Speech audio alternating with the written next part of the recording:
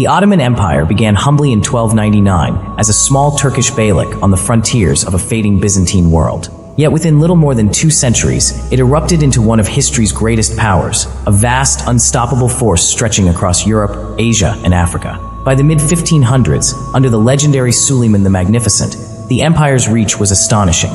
From the gates of Vienna to the Persian Gulf, from the deserts of Arabia to the mountains of the Balkans. At its glittering center stood Constantinople, reborn as Istanbul, a city where East and West converged in dazzling harmony.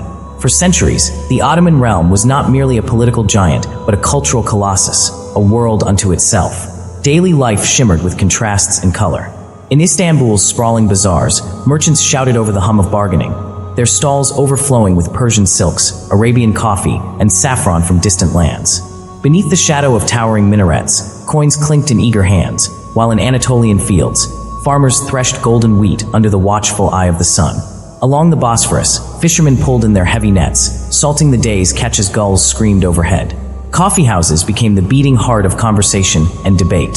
Here, the air was thick with the rich scent of roasted beans and the curling smoke of hookahs.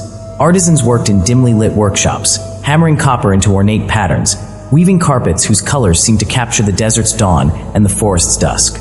Ottoman women, though often veiled in public, were the quiet architects of domestic life.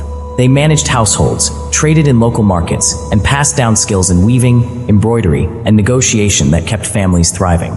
War was the empire's constant shadow, both a necessity and a source of glory. The Janissaries, an elite corps of slave soldiers taken as boys and trained to serve the Sultan with absolute loyalty, became the steel backbone of Ottoman conquests. In sieges like Belgrade, their muskets roared as Sipahi cavalry thundered across plains, sabers flashing in the sunlight. Sultans themselves often rode at the head of their armies, wrapped in heavy kaftans, commanding colossal cannons that shattered city walls and paved the way to Vienna's outskirts. Religion served as the empire's glue. Islam shaped its laws, guided its rulers, and gave rhythm to its days through the call to prayer echoing from mosque to mosque.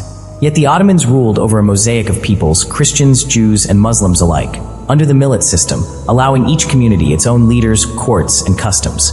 The empire was a masterful blend of traditions. It inherited Roman roads and administrative order, absorbed the elegance of Persian poetry, and infused it all with Turkish resilience.